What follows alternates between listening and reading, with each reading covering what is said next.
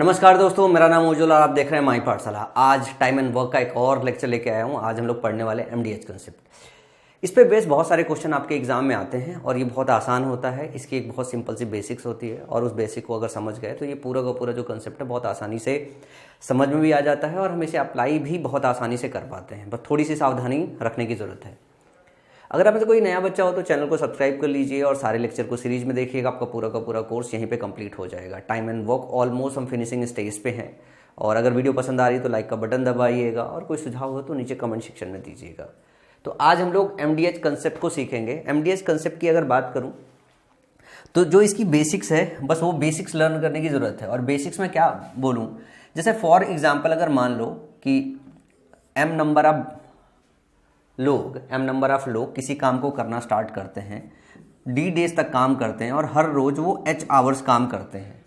और अगर उनकी इफिशियंसी में ई मान लूँ, क्या मान लूँ, उनकी इफिशियंसी ई मान लूँ, तो जो टोटल वर्क डिफाइन होता है, वो कुछ इस तरीके से होता है कि एम नंबर ऑफ पीपल है जो ई इफिशियंसी से काम कर रहे हैं तो इन सबकी इफिशियंसी एम ई हो जाएगी। और अगर नंबर ऑफ डेज से मल्टीप्लाई कर दें तो ये हो जाएगा टोटल वर्क। लेकिन हर देश से वो एच घंटे काम कर रहे हैं तो एच का फैक्टर भी लेना पड़ेगा। ये कैपिटल एच कर लेते हैं। तो एम ई डी एच ये टोटल वर्क डिफाइन होता है।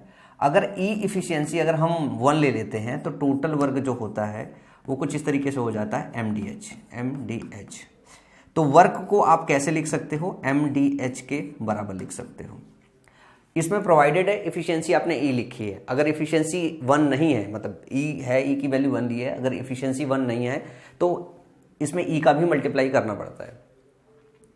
कई बार आप क्वेश्चन में देखोगे कि जो टोटल वर्क है वो दिया रहता है। मान लो वर्क अगर सेम है और हम इसमें वेरिएशंस करें, मान लो M1 पर्सन है, D1 डेज तक काम कर रहा है, H1 आवर्स तक काम कर रहा है, तो ये जो वर्क होगा वो W1 हो जाएगा। और अगर मैं बोलूँ W2 वर्क हो रहा है, अगर हमने नंबर ऑफ लोग बदल दिए तो काम भाई उनके द्वारा किया हुआ भी बदल जाएगा, तो M2 D2 H2 हो जाएगा। अगर मैंने एक सेट ले लिया कि M1 बंदे D1 डेज तक H1 आवर्स तक काम करके W1 काम कंप्लीट करते हैं और M2 जो है M2% D2 डेज तक S2 आवर्स तक काम करते हैं तो W2 काम खत्म होता है, ठीक है ना। और कई बार क्वेश्चन में क्या दिया होता है कि जो काम है वो दोनों पार्टी सेम ही काम कर रही, मतलब W1 W2 के बराबर दिया रहता है। इसका मतलब क्या है कि M1 D1 H1, अगर E है तो E1 is equal to M2 D2 H2 और E2 के बराबर होगा। यही सिंपल सी बात दिया होता है, यही इक्वेट करना होता है हमें इक्वेशन में, यही इक्वेट करना रहता है हमें इक्वेशन में। इसमें एक बात और भी है, जैसे मान लो कि अगर हमारा वर्क अलग अलग है तो हम इस दोनों इक्वेशन को डिवाइड भी कर सकते हैं। हम दोनों इक्वेशन को डिवाइड करेंगे तो W1 अपॉन W2 क्या हो जाएगा, M1 D1 H1 upon M2 D2 H2 हो जाएगा। या इसी चीज़ को आप अलग तरीके से लिख सकते हो, ऐसे लिख सकते हो M1 D1 H1 upon W1 is equal to M2 D2 H2 upon W2। इसमें से अगर आवर्स मेंशन ना हो तो आप ऐसे लिख सकते हो M1 D1 upon W1 is equal to M2 D2 upon W2। अगर आवर्स किसी क्वेश्चन में मेंशन ना हो तो इसको ऐसे लिख सकते हैं। जो बेसिक्स याद रखनी है आपको, बस ये बेसिक्स याद रखनी है कि टोटल वर्क कैसे डिफाइन करते हैं। टोटल वर्क डिफाइन करते हैं number of man multiplied by उनकी efficiency multiplied by number of days जो लिया गया है। और अगर हर रोज सिर्फ वो एच आवर्स काम कर रहे हैं तो एच का भी मल्टीप्लाई करते हैं हम, तो ये टोटल वर्क निकालते हैं। बस इसी चीज़ पे बेस्ड आपके एग्जाम में बहुत सारे क्वेश्चन बनते हैं। ये इक्वेशन आपको याद रखनी है, ये इक्वेशन आपको याद रखनी है, और नहीं भी याद है तो ये बेसिक्स याद रखनी है। जैसे पहला एग्जाम्पल लेके इस कंसेप्ट को समझेंगे। पहला क्वेश्चन दिया हुआ है, यदि 18 व्यक्ति 42 दिनों में 140 मीटर लंबी दीवार का निर्माण कर सकते हैं तो 30 व्यक्ति कितने दिनों में ऐसी 100 मीटर की दीवार का निर्माण कर सकते हैं। सबसे पहले आप ये समझो कि जो आपका काम है वो क्या है, 140 metre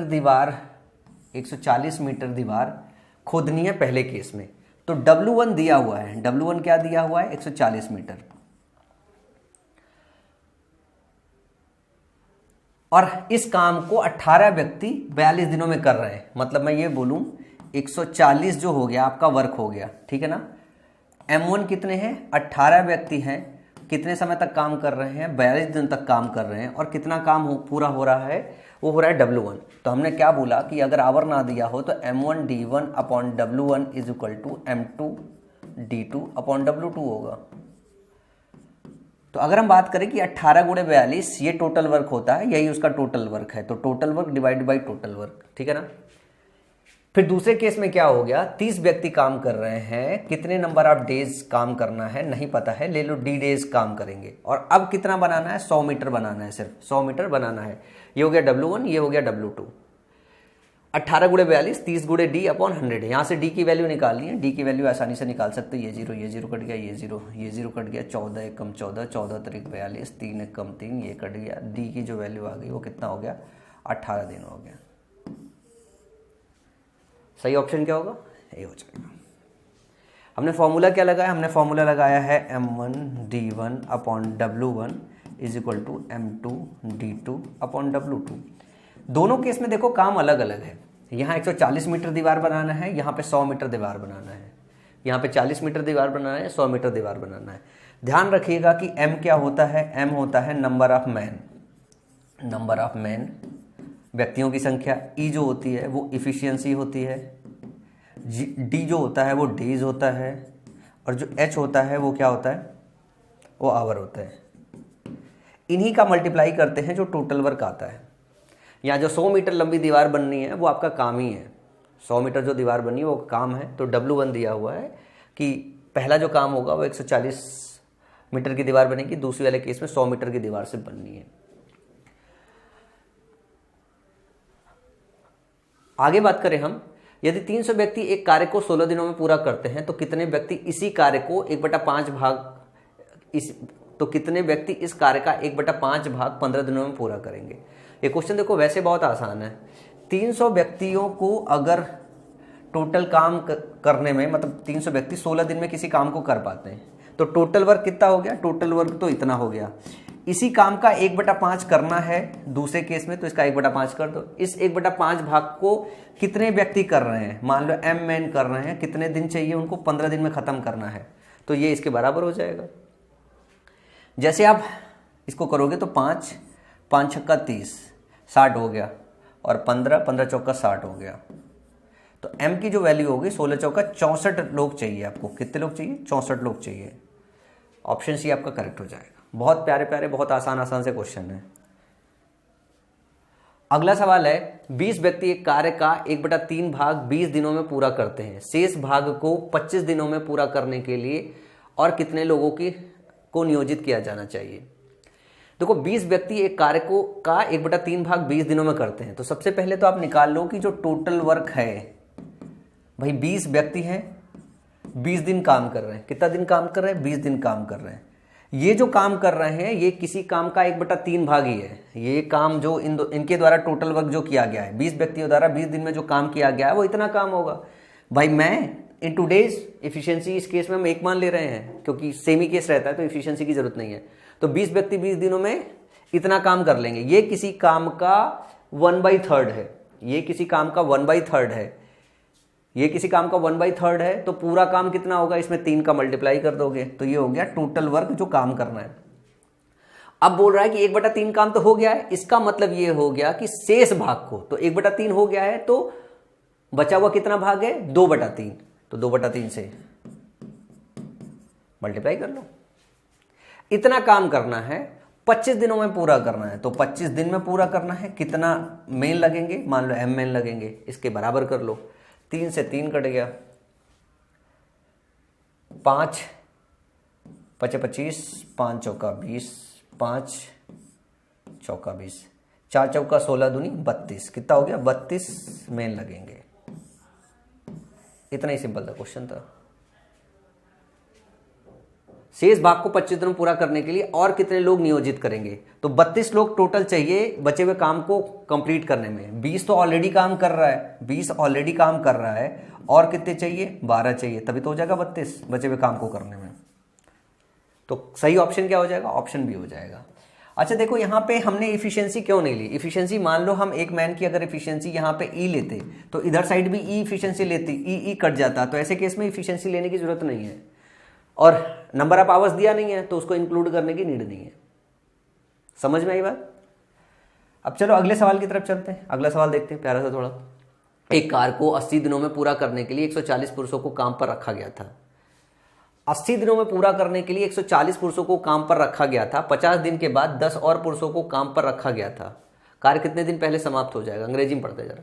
to finish job in 80 days 140 men were put to work. मतलब आप ऐसे समझो, टोटल वर्क कितना था? 140 आदमी को काम पे रखा गया था और कितने दिन में खत्म हो जाता? भाई इस तरीके से कैलकुलेट किया गया था कि 80 दिन में खत्म हो जाता। तो टोटल वर्क कितना हो गया? टोटल वर्क 140 इंटू 80 हो गया। आप इसको गुणा कर लो क्योंकि गुणा करने की जरूरत पड़ेगी। 8 चौका 32, 8 कम 8 3 11, 11,200 यूनिट आपको काम करना था। इतना पहले से प्री एज्यूम किया गया था। लेकिन हुआ क्या? 50 दिन के बाद, मतलब 50 दिन का काम हो गया। 80 व्यक्तियों ने 50 दिन काम कर लिया। 80 व्यक्तियों ने 50 दिन काम कर लिया तो कितना काम कर लिया? 00, 8 पंचे 40। To finish job in 80 days 140 man were, 140 आदमी थे यार। 140 मैन पुट टू वर्क। 50 दिन तक काम किया। कितने लोगों ने काम किया? 140 लोगों ने काम किया है। कितने दिन तक? 50 दिन तक काम किया है। कितना काम हो गया? 00, 14 पंचे 70, मतलब 7000 यूनिट काम हो गया है। अब बोल रहा है कि 10 more men were put to work, 10 आदमी और डाल दिए गए। मतलब पहले से 140 थे, अब 150 हो गए। अब कितना नंबर ऑफ डेज लगेगा हमें नहीं पता, लेकिन पहले हमें पता करना पड़ेगा कितना जो काम है वो बचा हुआ है। भाई 11,200 यूनिट टोटल काम करना था, 7,000 तो कंप्लीट कर लिया गया, तो बचा कितना हो गया? 7 4 11, तो 4,200, 4,200 यूनिट काम बचा हुआ है। 4,200 यूनिट काम बचा हुआ है। कितना नंबर ऑफ डेज लगेगा वो यहाँ से निकल जाएगा। दोनों को इक्वेट करोगे तो ये इससे कट गया, ठीक है ना। 3 पना 15 और 3 एकम 3, 3 चौका 12, 5 से काटोगे 5 दूना 10, 5 उठी 40, तो डी जो होगा वो 28 डेज हो जाएगा। कितना हो जाएगा? 28 डेज हो जाएगा। कार्य कितने दिन पहले समाप्त हो जाएगा? लिखा है ना, 10 more man were put to work how many days before the work is finished. तो ये हमने 28 डेज लगा दिया, ठीक है ना। तो 50 दिन पहले से लगा हुआ था, ध्यान से देखिएगा। 50 दिन पूरा पहले से हो गया था, 28 दिन और लगेंगे, तो टोटल कितने हो गए? 78 डेज। 78 डेज। एक्चुअली जो जॉब खत्म होना था 80 दिन में खत्म होना था, और इस कार्यक्रम की वजह से 78 दिन में खत्म हो गए, क्योंकि 10 आदमी और लगा दिए गए। तो कितने दिन पहले खत्म हो गए? 80 दिन में खत्म होना था, 78 दिन में खत्म हो गए थे, तो 2 दिन पहले खत्म हो गया। देखो ये यहाँ पे आपने 28 निकाला था ना, ऑप्शन में 28 दिया हुआ, तो कई बार आदमी ये निकाल के यहीं पे टिक कर लेता है। वो निकालने नहीं जाता है कि 50 दिन तो काम हुआ है, 28 दिन और काम करना, मतलब टोटल 78 दिन काम करना है। और जो प्रपोज डेज था वो 80 डेज था, तो 2 दिन पहले ही समाप्त हो गया। तो करेक्ट ऑप्शन क्या होगा? करेक्ट ऑप्शन आपका डी होगा। इसके बाद अगले सवाल की तरफ बढ़ते हैं हम। एक छावनी में 200 लोगों की भोजन सामग्री 30 दिनों के लिए थी। 200 लोगों के लिए भोजन सामग्री कितने दिनों के लिए थी? 30 दिनों के लिए थी। तो इतना मान लो टोटल फूड था। 10 दिन के बाद 50 और लोग आएंगे और यह सामग्री कितने दिनों के लिए पर्याप्त होगी? तो मैं ये कहता हूं कि अगर 200 लोग थे, 30 दिनों के लिए सामग्री थी, तो कितना यूनिट भोजन था? टोटल निकाल लो। 3 दूनी 6, 6000 यूनिट फूड था। अब क्या बोला? 10 दिनों के बाद, मतलब 10 दिनों तक 200 लोगों ने खाना खाया है। भाई 10 दिनों तक 200 लोगों ने खाना खाया है, इसका मतलब है 2000 यूनिट जो है खाना कंज्यूम हो गया है। 200 लोग थे, 10 दिनों तक खाया है, तो 10 दिनों में 2000 यूनिट फूड कंज्यूम हो गया है। अब बचा कितना फूड है? 4000 यूनिट फूड बचा हुआ है। अब कितने लोग और आ गए? 50 लोग और आ गए, मतलब 200 पहले थे, 50 लोग और आ गए, तो मतलब अब 250 लोग हो गए।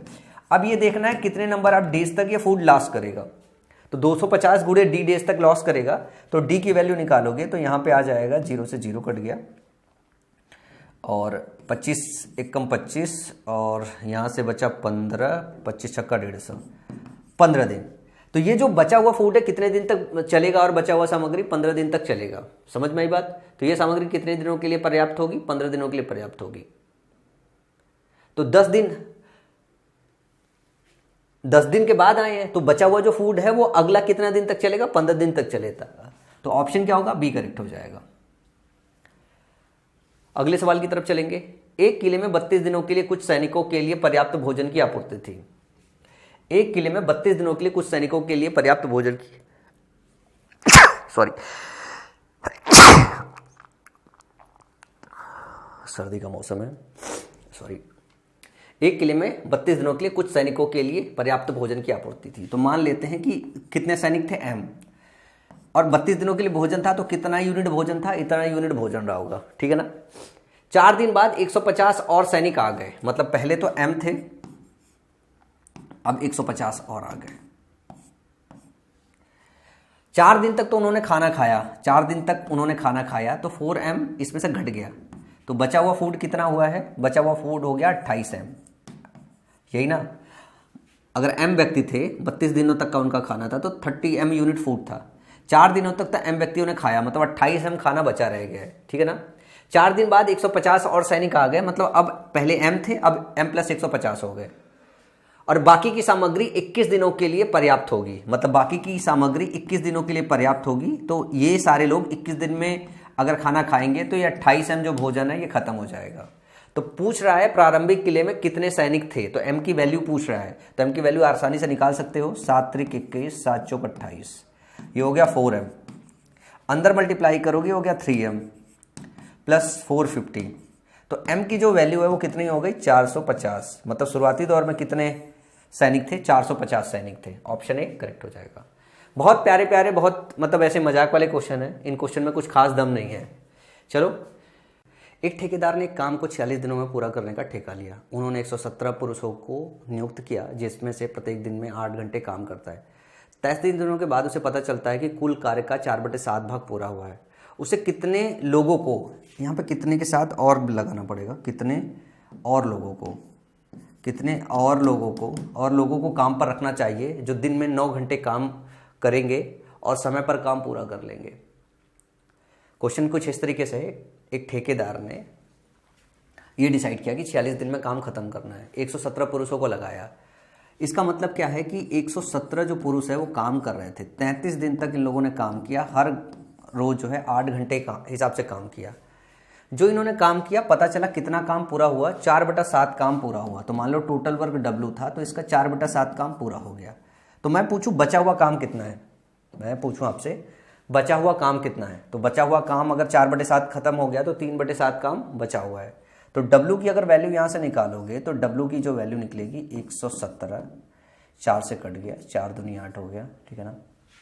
117 × 33 × 7, ठीक है ना, और × 2, ये हो गया टोटल वर्क। कितना काम हो गया था, 4/7 काम हो गया था, और बचा हुआ काम कितना, 3/7।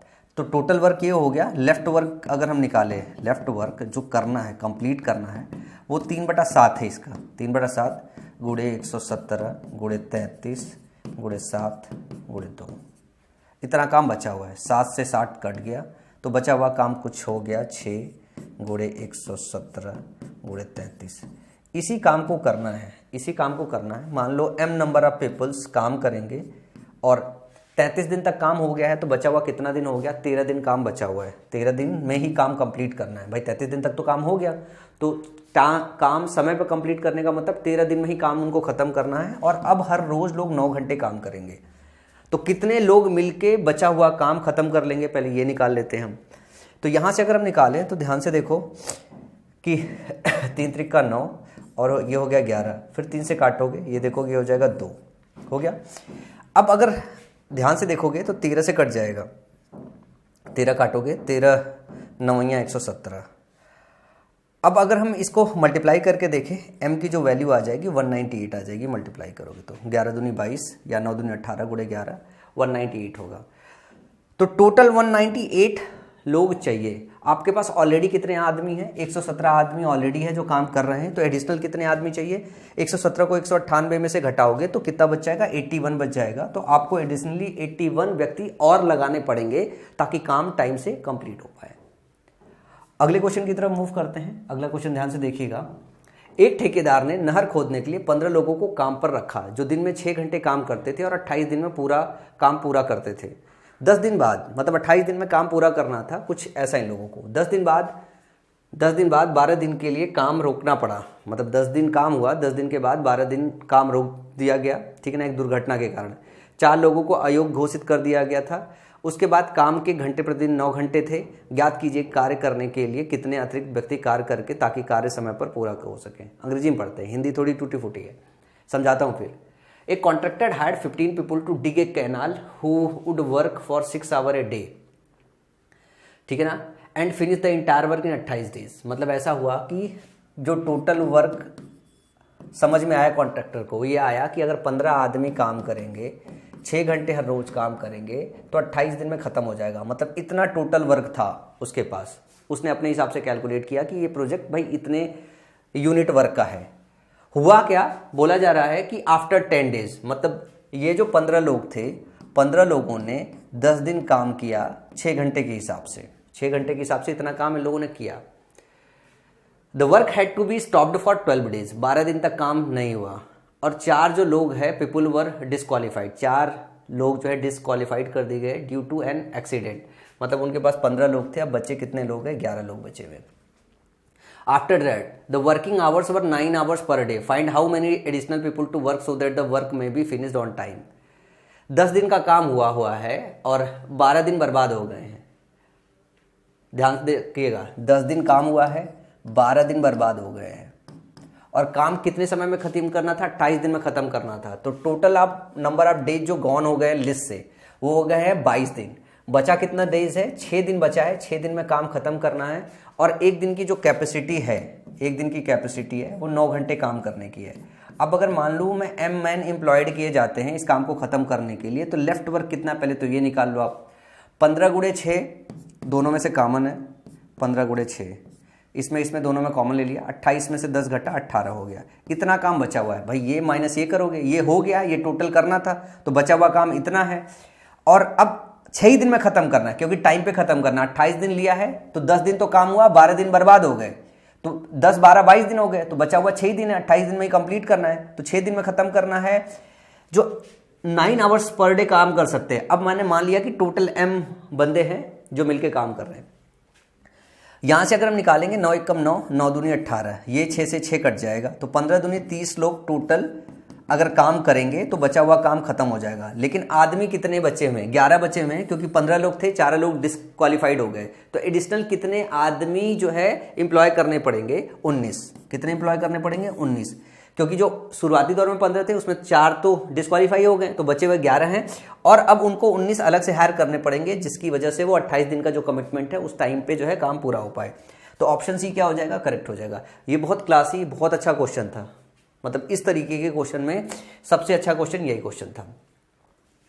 एक और क्वेश्चन करेंगे इस टाइप को कवर करने में, ऑलमोस्ट सारी वैरायटी कवर हो जाएगी।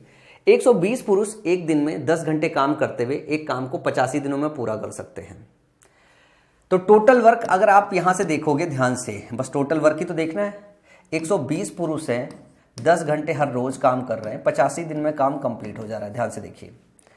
अब 10 दिन के बाद सभी पुरुष हड़ताल पर चले गए और 25 दिनों के लिए काम बंद कर दिया गया। सिमिलर टाइप का क्वेश्चन है। 10 दिन तक देखो काम हुआ, 120 लोगों ने 10 दिन तक काम किया और 10 दिन तक काम किया और 10 घंटे के हिसाब से हर रोज काम कर रहे थे, तो इतना तो काम हुआ। 25 दिन के लिए काम बंद कर दिया गया। 25 दिन के लिए काम बंद कर दिया गया। हड़ताल समाप्त होने के बाद कार्य को समय पर पूरा करने के लिए कितने अतिरिक्त पुरुषों को नियोजित किया जाना चाहिए ताकि प्रतिदिन 8 घंटे कार्य करने के बाद भी वे समय पर कार्य पूरा कर सके। तो सबसे पहले तो ये देख लो कि इतना टोटल काम करना था, इतना काम हो गया, तो बचा हुआ काम कितना है। अगर मैं लेफ्ट वर्क निकालूं, लेफ्ट अगर वर्क निकालूं तो लेफ्ट वर्क कितना हो जाएगा, 120 और 10 दोनों में कॉमन है। 120 गुणे 10 कॉमन ले लिया, दोनों को घटा रहे हैं। 85 में से 10 घटा 75। इतना काम जो है बचा हुआ है जो करना है। मान लो मैं ये बोलता हूं M मैन लगेंगे इस काम को खत्म करने के लिए, तो उनको कितने घंटे काम करना है, 8 घंटे काम करना है। कितना दिन बचा हुआ पहले वो समझ लो। 85 दिन में काम को खत्म करना था, 10 दिन काम हुआ और 25 दिन जो है वो हड़ताल पे चले गए। 25 दिन तो बर्बाद हो गया, मतलब 35 दिन टोटल निकल चुका है। तो बचा कितना दिन है, 50 दिन बचा हुआ है। इसी 50 दिन में इनको काम खत्म करना है। तो M इंटू जो नंबर ऑफ आवर्स है और नंबर ऑफ डेज है, मल्टीप्लाई करो, M निकल के आ जाएगा आपका। यहां से निकालोगे देखो 0 तो 0 से कट गया और 5 से काटोगे तो 5 एकम 5 और 15 × 75 होता है, ठीक है ना। और अगर 8 से काटोगे तो 15 8 120 होता है। अगर m की बात करें तो ये कितना हो जाएगा, 15 15 हम 225, तो टोटल 225 मैन लगने चाहिए। हमारे पास ऑलरेडी कितने हैं, 120 है, हमारे पास ऑलरेडी 120 है और एडिशनल आपको कितने एम्प्लॉय करने पड़ेंगे, आपको 105 और एम्प्लॉय करने पड़ेंगे। तो ऑप्शन सी आपका करेक्ट हो जाएगा। 120 तो आपके पास पहले से ही है और टोटल 225 चाहिए, तो 120 घटाओगे तो 105 बचा हुआ है। समझ में आया, ताकि वो काम समय